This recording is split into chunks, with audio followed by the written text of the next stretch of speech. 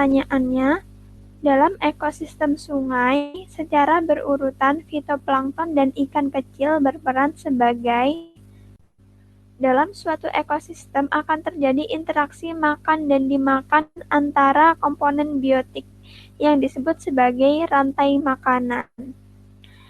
Berdasarkan peranannya, komponen biotik ini dibedakan menjadi 3 golongan, yaitu produsen, konsumen, dan dekomposer.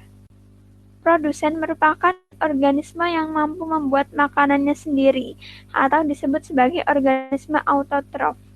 Produsen ini biasanya memperoleh energi melalui proses fotosintesis. Organisme yang termasuk ke dalam produsen adalah tumbuhan dan juga fitoplankton. Yang kedua, konsumen.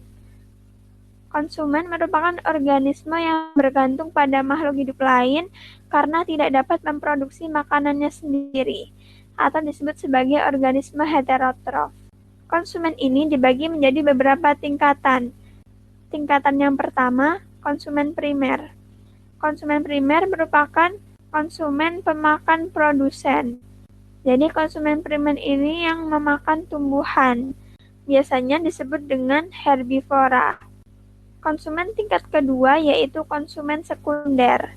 Konsumen sekunder merupakan pemakan konsumen primer. Jadi pemakan hewan. Yang berperan sebagai konsumen sekunder ini adalah hewan karnivora. Tingkatan yang ketiga yaitu konsumen tersier. Konsumen tersier ini adalah pemakan konsumen sekunder. Sedangkan konsumen puncak merupakan tingkat konsumen yang paling tinggi. Yang ketiga adalah dekomposer. Dekomposer adalah pengurai yang menguraikan sisa organisme atau organisme yang telah mati.